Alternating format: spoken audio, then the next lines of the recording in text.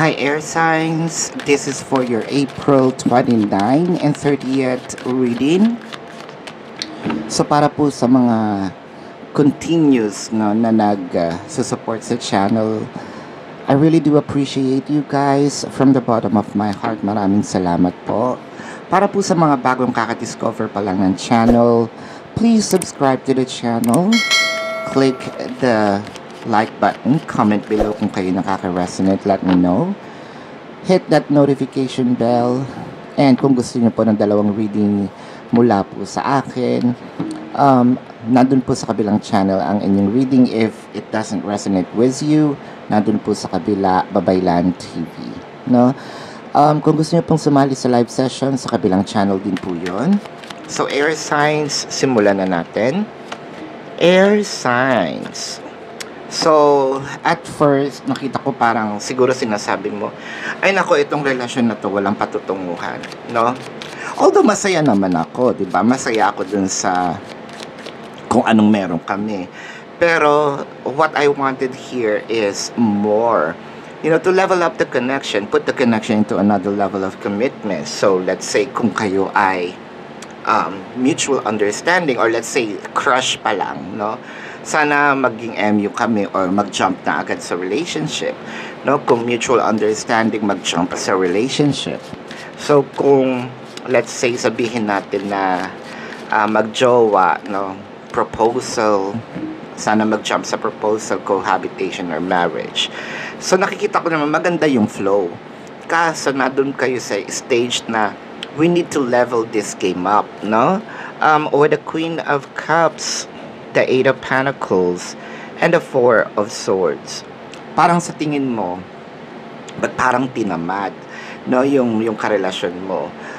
Again, pwedeng ikaw itong parang tinamad, no? You can switch the energies. What I am reading here is the dynamics. So parang one of you are tinamad. Ang arte. So parang isa sa inyo tinamad na yung pagsuyo, pagme-message, no? Yung mga bagay na usually ginagawa ninyo dati is parang humuhupa. Kung dati nagde-date kayo, 3 times a week, no? Ngayon pwedeng siguro once every 2 weeks, no? So parang nakikita mo, parang naging kampante. Hindi ko gusto yung nangyayari. Hindi lang siya tulad na ng dati, no? With the Queen of Wands, the Queen of Swords, and the Seven of Pentacles. So, actually, minsan na pag-uusapan ninyo, minsan nagpaparinig tayo, minsan sinasabi natin, Bekenemen, no? Bekenemen, pumunta tayo sa another as kunyari, you know, baka pwede tayong kumain sa ganito. To a point minsan, yung parinig, nagiging galit, no? Dumadating dun sa part na nakakapikon kasi parang hindi niya nakukuha ano bang meron, hindi Tagalog naman yung sinasabi ko, no? Hindi naman ibang lengguwahe, pero hindi niya man nakukuha yung gusto kong sabihin. With the King of Cups, the Seven of Cups, and the Hierophant. So nakikita ko dito madaming options ikaw na ginagawa, no? Minsan siguro ikaw na yung apart from nag-initiate, no, ng pag-alis, you know, pag-date, siguro sabihin mo naman, yeah, ako naman, no, my treat, ayan. Actually, madaming plano, madami pang gustong puntahan. Meron din dito mga bagay na mga pangako, no, na hindi siya masyadong natutupad lately. Baka naman kasi din may pinagdadaanan, no, kaya parang paulit-ulit nangyayari yung oo lang, pero wala naman talagang nagaganap. So unless ikaw ang sabihin natin mag-plan, no? With the Knight of Cups, the Strength card, and the Eight of Cups. So parang feeling ko dito may isa nagtatampo. Parang bakit out of lambing, hindi pagtatampo na ayoko na, no? Bakit naman si ganito, si ganyan, pag ikaw nagbigay ng oras sa kanila, no? Talagang buong puso, 24 hours nandun ka, pag sa akin eto na nga lang. So nakita ko may mga pagbabago. This is just a phase, just so you know. I think nandito kayo sa part na ito yung challenges. Hindi ko sa sinasabing maliit yung challenges, baka sa'yo malaki ito, no? I'm not in the position to judge kung gaano kalaki yung challenges.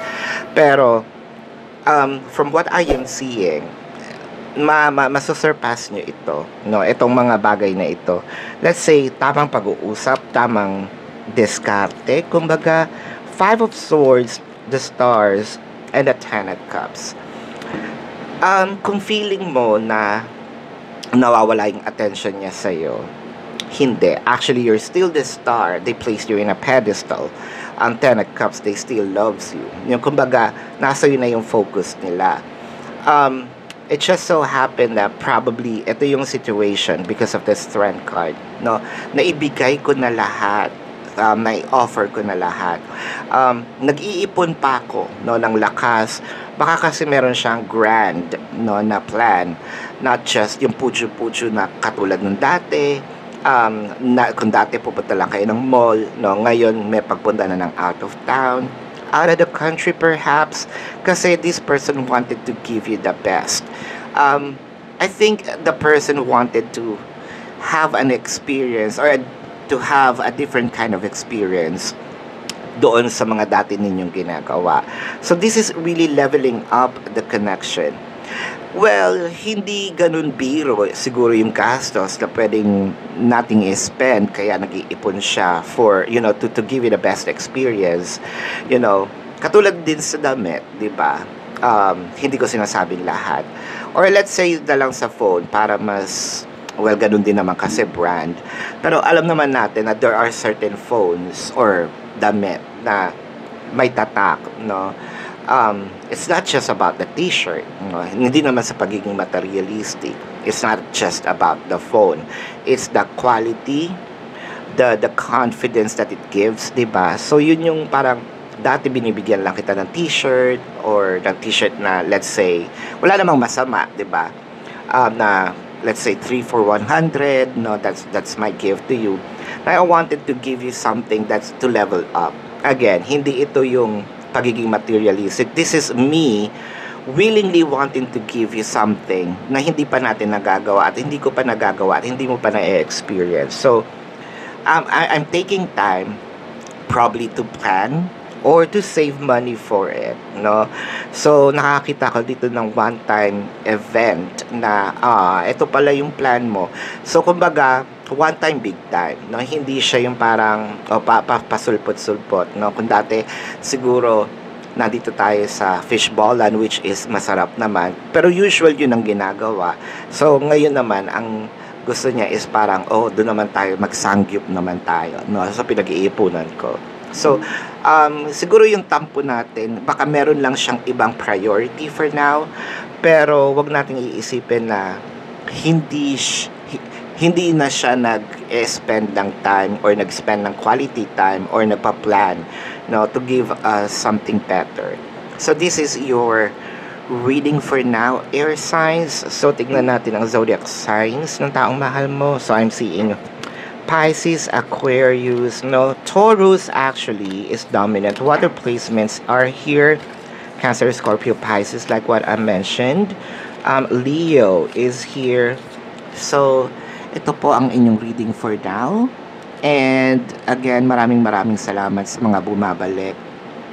For those of you who just discovered the channel, don't forget to click the subscribe button, smash the like button, comment below, and hit that notification bell. Sumali po kayo sa live sa kabilang channel. Love and light. Namaste. See you on the next live or next reading. Goodbye.